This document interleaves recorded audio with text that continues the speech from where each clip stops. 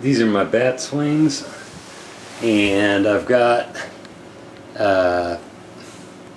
just thought I'd get them out again and kind of show you what I've got.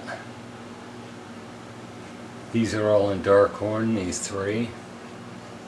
I've got 5 in ebony wood.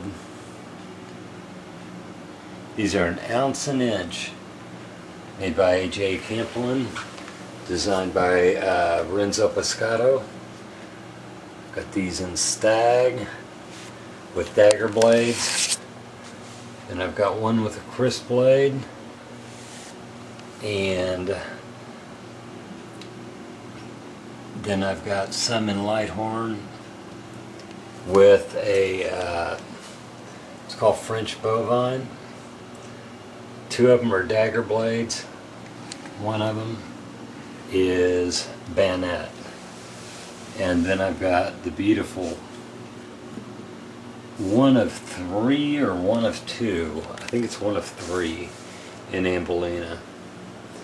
But these knives are just beautiful. I've had them in storage.